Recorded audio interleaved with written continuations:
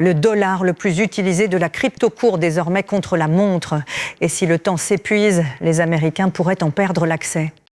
Une loi américaine de l'an dernier, le Genius Act, laisse à Tether jusqu'en juillet 2028 pour respecter des règles bien plus strictes, sous peine d'être retiré des plateformes régulées américaines. Pour se conformer, Tether devrait n'adosser sa monnaie qu'à des liquidités et des bons du Trésor, s'enregistrer auprès d'un régulateur bancaire fédéral et pouvoir geler des fonds criminels. Aujourd'hui, environ un quart de ses réserves est dans des actifs interdits, comme l'or, les prêts et le bitcoin. Tether dit vouloir se conformer et a lancé l'an dernier une monnaie régulée distincte, l'USAT, que presque personne n'utilise. Les nouvelles règles entrent en vigueur en janvier et le compte à rebours commence alors vraiment. Pour le plus grand stablecoin au monde, les 2 prochaines années décideront de sa place aux États-Unis.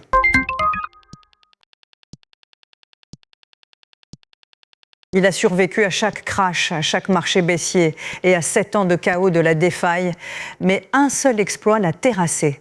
Summerfy, l'une des plus anciennes portes d'entrée de la finance décentralisée, va fermer son application et arrêter le projet pour de bon. L'équipe a mis en cause un exploit ayant siphonné environ 6 millions de dollars d'un protocole, le qualifiant de manipulation de la valeur des actifs, pas d'un vol. Pendant 7 ans, Summerfy a offert aux gens ordinaires un moyen simple d'emprunter, de prêter et de gagner dans la DeFi. Le fondateur d'Aave, Stani Kulekov, l'a qualifié de vrai classique DeFi et a dit que sa fin montre le coup d'une porte sûre. L'entreprise n'a pas encore dit ce qu'il adviendra des fonds restants des utilisateurs, ni quand l'application fermera. Mais le message est clair, même dans un secteur plus mûr, une seule faille peut effacer 7 ans de travail en une nuit. «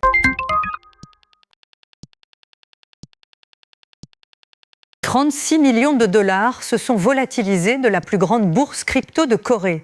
Et le régulateur du pays s'en prend à elle, sans règles claires. Le superviseur financier sud-coréen a ouvert une procédure de sanctions formelles contre Donamu, l'exploitant d'Upbit, après qu'une attaque a vidé un portefeuille de l'entreprise. Mais il y a un hic. La loi censée protéger les utilisateurs crypto ne prévoit aucune sanction en cas de piratage. Et les autorités ignorent comment punir la bourse. Upbit dit avoir gelé environ 1,5 million de dollars des fonds volés et a promis de rembourser tous les clients touchés. Elle a aussi bâti un système de suivi on-chain pour retrouver le reste de l'argent.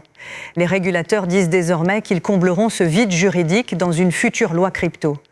Pour des millions de Coréens, l'affaire teste si la nouvelle loi a des dents quand une bourse est piratée.